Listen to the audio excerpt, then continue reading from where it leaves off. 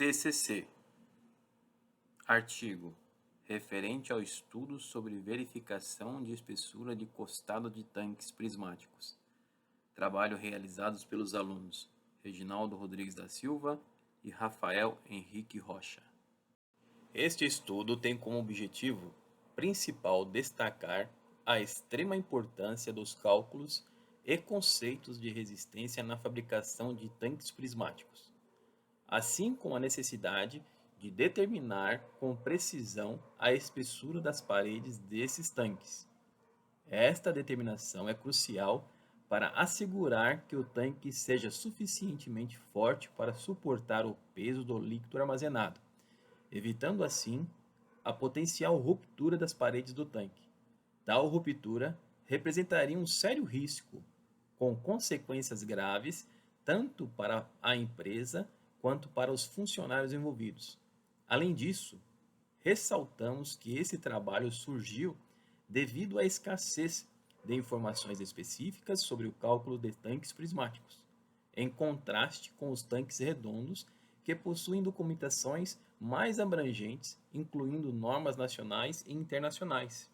Iremos abranger um pouco sobre hidroestática sobre placas planas, diagrama de forças cortantes em momento fletor, resistência à tensão de flexão máxima, momento de inércia, tensão admissível, tensão de ruptura à flexão e analisaremos no final uma pequena planilha em Excel. Hidroestática é uma disciplina fundamental na física que se concentra no estudo de fluidos em repouso que estão em equilíbrio e nas forças que atuam sobre eles. O estudo da hidroestática sobre placas planas tem como objetivo entender o efeito que as forças desses fluidos causam nas placas submersas. Dessa forma, conceitos como densidade dos fluidos, pressão manométrica e pressão são fundamentais para realizar os cálculos. Segundo Donald, através dos cálculos da hidroestática, podemos encontrar a equação que nos permite descobrir a força resultante máxima que atua sobre as paredes do tanque. Logo a seguir, nos dois próximos slides, vocês encontrarão os cálculos referente à hidroestática sobre placas planas. Para descobrirmos onde está a força resultante localizada ao longo da altura do tanque, utilizaremos a seguinte equação. Para descobrirmos onde a força resultante está localizada ao longo do comprimento do tanque, podemos utilizar a mesma forma anterior para descobrir a altura, só que devemos analisar a partir do eixo X. Diagrama de força cortante.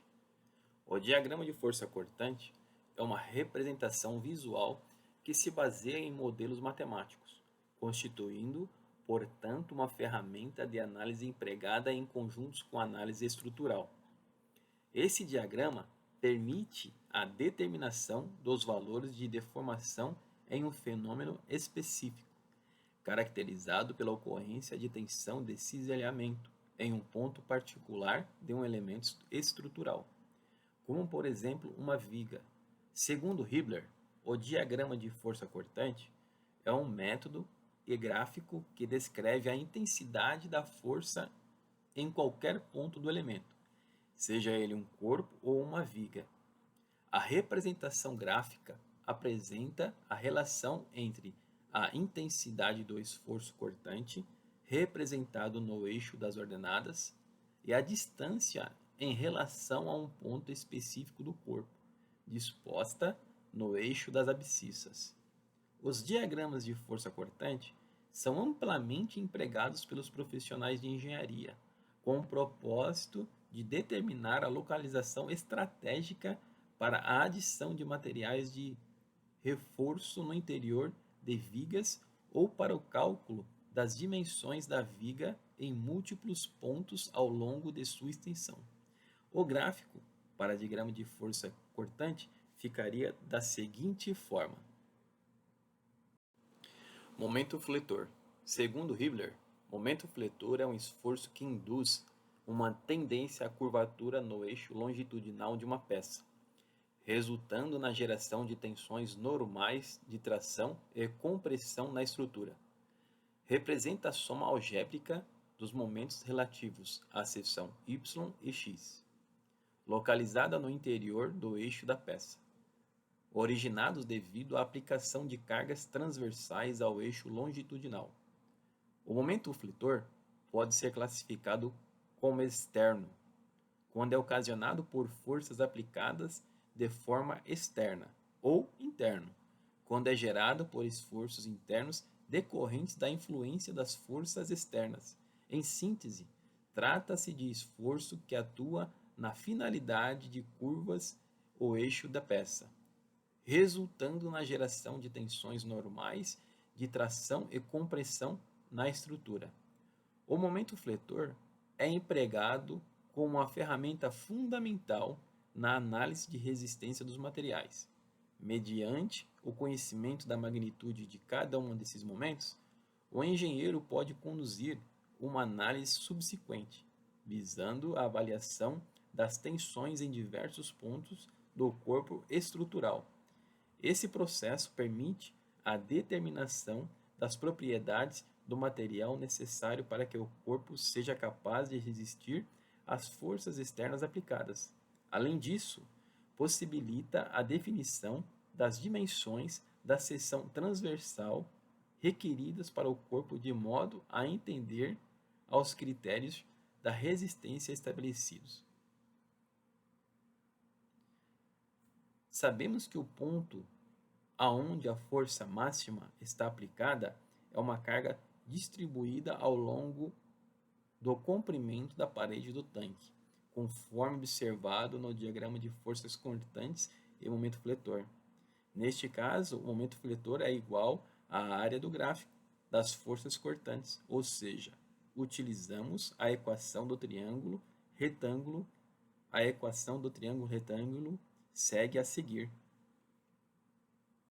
Para entender com melhor clareza, seguem as fórmulas e o gráfico para melhor visualização. Resistência à tensão de flexão máxima. Momento de inércia. O momento de inércia é uma grandeza física que quantifica a capacidade de um corpo para sofrer rotação em torno de um eixo específico.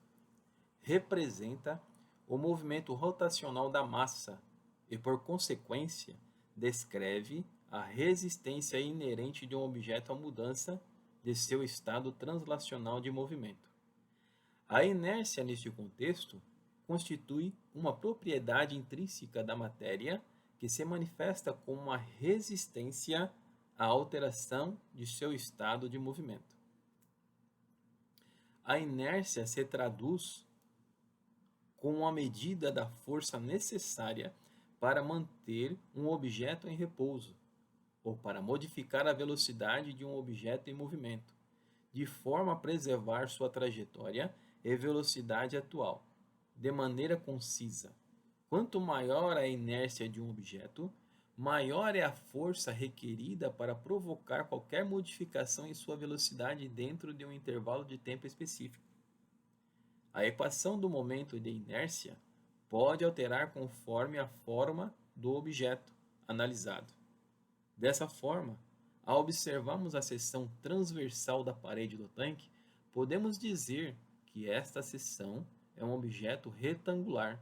Logo, a equação do momento de inércia para retângulos é conforme mostrado no slide.